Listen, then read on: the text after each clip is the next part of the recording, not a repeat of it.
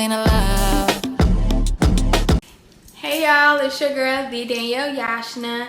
If you're new to my channel, please like, comment, and subscribe because yeah, you have to become one of the it girls or the it boys. But this is my little story time, a little sit down story time of my stillbirth and my experience, what happened, and where I'm at right now mentally in my headspace and stuff. So we're gonna hop straight into it. Hey y'all, so I'm gonna start back towards like April. My boyfriend and I, we were on the way to a doctor's appointment. I don't remember how far along I was at that point. If it was April, I was probably around like 6-ish months, I think. Don't clock me, y'all. I'll probably tag it down below however far along I was if y'all want me to. But it was April. Me and my boyfriend, we was on the way to our doctor's appointment to go check up on baby Junior. And I don't know, I felt like a mother's intuition that I wasn't really feeling him move. I had a lot going on in life at that time too, so I wasn't as on it with keeping up with his kicks, and if he was doing the 10 kicks every per such amount or whatever. So I just knew, I felt like I wasn't feeling him move as he normally would have. So we was on the way to the doctor's appointment. I expressed to them that I had concerns about him not moving as often and stuff. And for the first few visits before that particular one, everything was kind of like fine. We had got into an accident though on the way there. A girl uptown by the school, she was, I don't know if she was on her phone or not, but she wasn't paying attention and she ran the light when it was our turn to go. And as soon as we get through the light, she just literally T-boned us instantly. Like, it was a terrible accident. My boyfriend's car had got totaled and I unfortunately was able to make it to the appointment. Fast forwards after that, we get through May. I believe Mother's Day was it's in May. So everything was kind of okay with my pregnancy, I would say, all the way up until the accident. That's when I kind of started experiencing sharp pains that started on Mother's Day. And I was like, I was of course bigger then, so I'm thinking like maybe it's something like, because you know, if you've ever been pregnant or have kids, you have a lot of different pains in pregnancy and stuff. So I didn't know whether it was possibly like the round ligament pains, if it was just anything like that. But it wasn't, because it was lasting for an extremely long time. Like, it was for hours. It wasn't extremely like painful, but it was just a different kind of pain that I've never experienced being pregnant.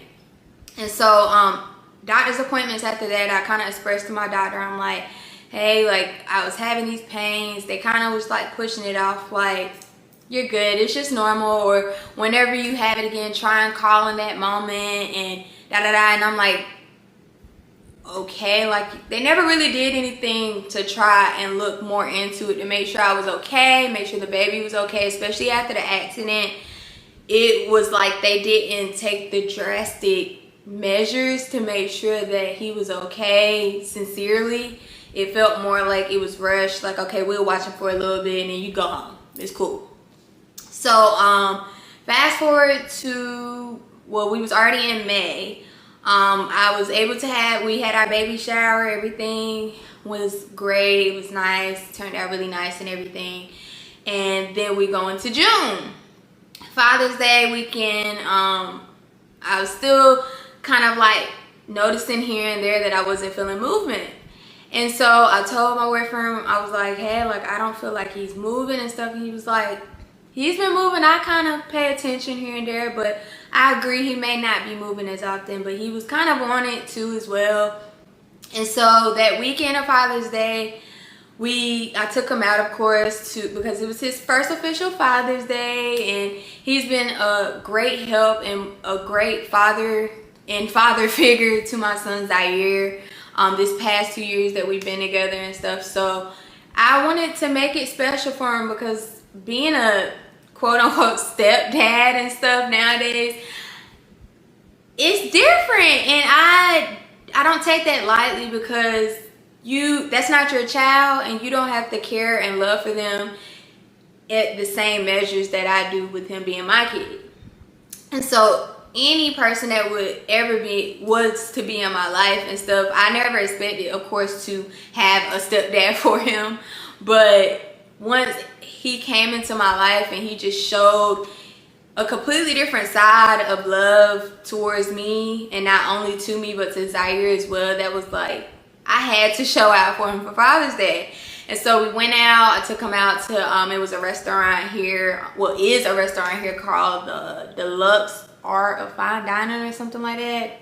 Don't quote me if I'm wrong, but it's something like that. And they basically do fancy foods, fancy drinks, all of that. And it was nice. Like, we went there, I ate, I personally got the, it was red velvet waffles with, I think, bacon and fruit. Zai, he got like a little truck, and he had like chicken nuggets and fries on it. And then Marquis, he had got, I want to say lamb chops, but I'm probably lying, y'all. I'm probably lying. I don't even remember what he got, but I feel like it was some lamb chops, but I don't know, it might wasn't. But he got something of his own. He be eating extravagant stuff. I don't be eating and all that. So after that, we came back, we chilled.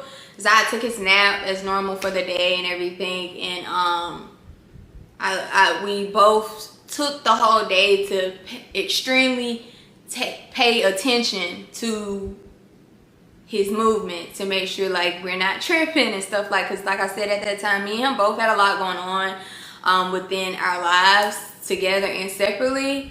And so once that day ended, we realized we didn't feel anything, no kind of movement or anything. So we went to the doctors the next day, which was the following Monday after Father's Day. I told them, I'm like, hey, like, I haven't felt any movement at all. They're like, okay, we'll go ahead and sign in. We'll go ahead and put you in the ultrasound room, and we'll check. I had to go to the hospital where I was supposed to be delivering anyway to have this done, just in case, worst case scenario of what happened was to happen. So we went.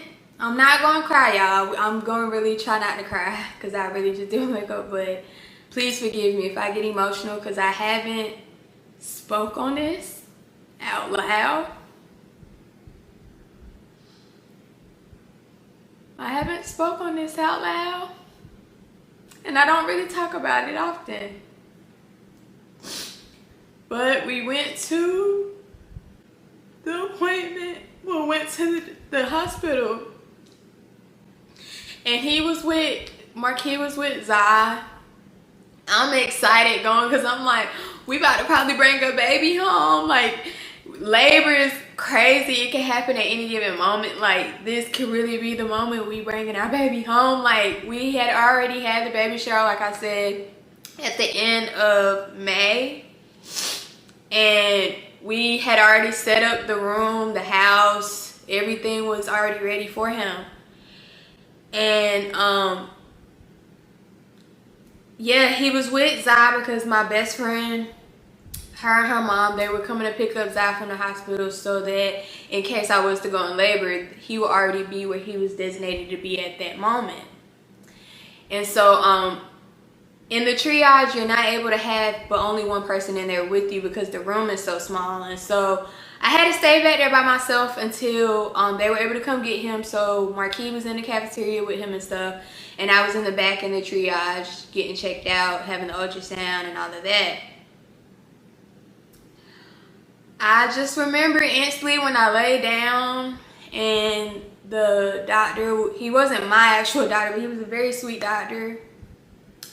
He was doing the ultrasound, and he's just moving it around, and he's making faces, and it just felt like my heart dropped, like I kind of already knew something was wrong. And so he's just looking, and he's like, I'm sorry, I don't think I have a heartbeat. And in my head, I'm just in denial. At that point, I'm like, no, you're tripping. He's okay, like, he's fine, like, you need to keep looking. And he was like, well, I could get another doctor in here. He can look and try and see if he see anything, or if we possibly mistaken, or like it just may be something different. So I'm like, okay. I'm sitting there, I'm waiting. Then they both come in. He introduced himself, and he sits down on the bed, and he's starting to try and do the ultrasound as well. He's scrolling around. And he looked at him and shook his head. And I'm just like, y'all have to check. Like, he's okay. He is okay. Like, this is not happening to me. Like, I just have a healthy baby that's 3 right now. This is not happening right now. What is going on? And he looked at me and he said, Danielle, I'm so sorry. Your baby's passed away. And it just seemed like everything stopped. I couldn't grasp life in that moment.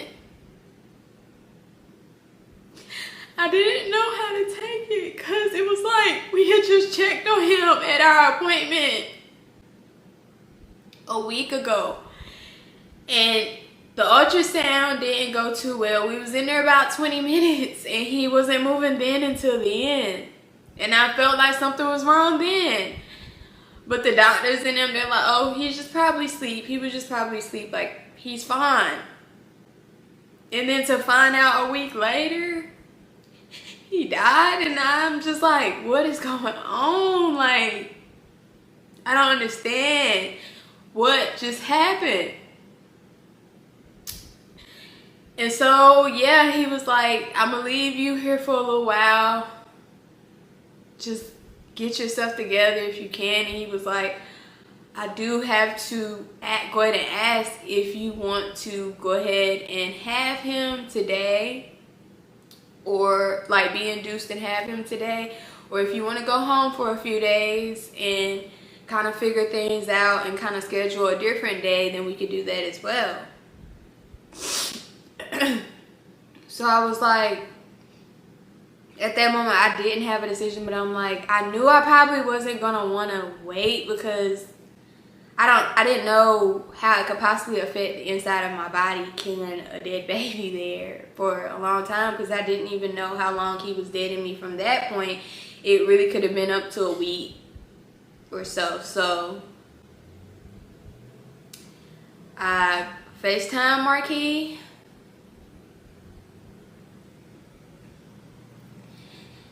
And I just remember I couldn't even say it, because it was just like, what is going on right now? I don't know how to even say this. And I just kept crying, like I couldn't get it out. And so he was like, what's going on? Like, what is it? Like, talk to me. And that's when I was just like, he's dead. Junior's dead. Like, they couldn't find a heartbeat. I kind of blacked out at that moment after saying it to him, because I had to say it out loud. But I would never forget how long we sat in that room and we held each other. We just cried. We just cried and cried, because we didn't understand why it happened. It was just too much. Honestly, it was too much. And so he brought the proposal to me too, about whether I wanted to go ahead and have him or if I wanted to wait. And I was just like, I'm going to just get it over with. Because, I mean, at this point, we know he's dead. And I just want my baby. And so, I called my mom. Because I talked to my mom throughout the time period when I felt like everything started up. she was at work, and my family is 3.5 hours away. They stay in Wilson, North Carolina. Her mom passed away, my grandma. She passed away earlier this year.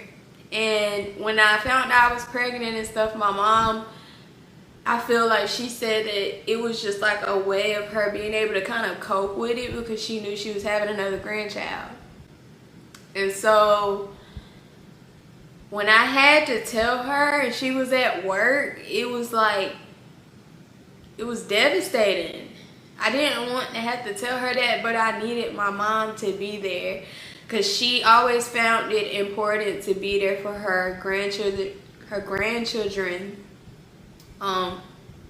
birth. And although it wasn't going to be the birth we expected or what we wanted, I knew I needed my mom with me. So I told her, and she instantly broke down at work and lost it. And I'm like, you have to come up here now, because she was prepared anyway. She already told her job and stuff. Like, when my daughter called and she said she about to have my grandbaby, I'm gone. Like, I don't care, take the time, take the vacation, I'm gone. And so when I told her and stuff, she was already okay with getting off and stuff either way. But I went ahead and told the doctors and stuff, I'm like, okay, I want to go ahead and do this today. I want to get induced using the Pitocin and kind of go from there. But he was very sweet. He was like, honestly, just take your time still, like, because I did tell him my mom was a few hours out. She was going to be on the way soon, but I don't want to deliver the baby. She's not here. And he was like, okay, well, we can work with that. We can do that for you. And so I waited it out. We was just Marquis, him, his mom, his dad. He told everybody everything and stuff. And so I had already made the agreement, because I was close with his mom as well throughout the pregnancy. So I went ahead and I had told her, we already had the conversation about birth and stuff, and I wanted both his mom and my mom in there as well, because I have a good relationship with her. And so everybody got there or whatever. Once my mom hit the road, that's when I told the doctor I would go ahead. When she was like at least about an hour out, like already on the road for an hour, I was like, okay, I'll go ahead and start the Pitocin then, because I understand with getting induced, this isn't my first time being induced, of course. With Zai, I was also induced as well. So I went ahead and went through with being induced with the Pitocin. I knew it was going to take a while. So I went ahead and started it once she was an hour out. Girl, my mama went through it. She had already, she had a flat tire, had to go get a rental and everything. But that lady made sure she made it up here to see her grandchild, like, no matter what. And I will always be grateful for that, because she really went out her way to make it there for me. She knew I needed her. And so when she was an hour out, I went ahead and started the Pitocin. Honestly, for me, that was probably the easiest labor. I did the raspberry leaf tea once I turned like 30 weeks. I don't think they recommend that. If you do want to try that and you're pregnant, I would recommend doing it through whatever your providers say. But I was just like, I don't see any harm in it starting it early, because it's not supposed to induce your labor. It's just supposed to help it be easier. And so I did do that starting at 30 weeks and stuff. So I was pretty much straight. I highly recommend for any woman that's pregnant, having a baby, if you're scared for labor and stuff, scared of tearing and all of that, or a hard labor just in general, drink that raspberry leaf tea. Get you some cran pineapple, mix that in there and drink it. You're gonna have an easy labor, period. But I had already did that, so my contractions and stuff wasn't too bad. I waited as long as I could. I think I had got to like 6 or 7 centimeters before I actually had got the epidural, because I'm like, I kind of waited until last minute, because I'm like, I don't want to get it too early. I want to kind of try and wait it out. I want to kind of endure this, because this is worth it right now. my baby is dead. I want to experience as much as of this labor that I can natural. And so once I got around like 6.5, maybe 7 centimeters, I went ahead and got the epidural. Chilled for a little bit. By the time I got my epidural, my mom was already there, thank God. So she was already there. Everybody was really chilling. Ended up, I was able to go to sleep, able to eat and all of that stuff. I didn't eat really much. I ate, I think, Jello and ginger ale and crackers. Honestly, I didn't have appetite and stuff, but I needed something on my stomach because I didn't eat the day before really anyway. So I was able to sleep overnight. Once I woke up, the doctors and them came in and checked me again. At this time, my actual doctor was there now. And I was so happy because I'm like, I don't know about y'all girls, but I don't be wanting a man doctor down there when I'm about to have a baby. Like, I don't know, it's just weird. But I'm like, I was so happy my doctor actually got there in time and stuff, because she wasn't actually able to deliver Zai. So I was like, thank God you able to be here now. But once she checked me and stuff, after I woke up, that's when she was like, okay, you already fully dilated. It's time to go ahead and push. I don't remember the exact amount of time I pushed because everything kind of went in slow motion and was like, I was really out of it by then. But I think I probably pushed maybe 3 times and he was out. Like, I think he literally slipped out, honestly. By the time they had looked as well to check me to make sure I was dilated and stuff, his head was already down there. So yeah, I pushed him out within like 3 pushes. I never have taken the prenatal classes to do the breathing and all of that. So with me not even having the experience and all of that with proper breathing and proper pushing and stuff, I felt like I did amazing to have gotten him out like that and stuff. So after I had him and stuff, of course they put him on me because she asked if I wanted to do the skin to skin, and I'm like, yes, of course. Like, I don't care about him being dead or anything. Like, this is still my baby. I want to have the same experience as if he was alive right now. And so we did just that. As soon as they laid him on me, I looked at him and I seen he was already kind of pale, and his lips, he already had like blood coming out his mouth and stuff. So I just lost it because I'm like, I've never thought that I would be in this position. I never thought I would ever have to experience this. I never thought I would ever be in this position or nothing. And so they asked if I wanted him to be cleaned off and put in clothes and stuff as if he was alive.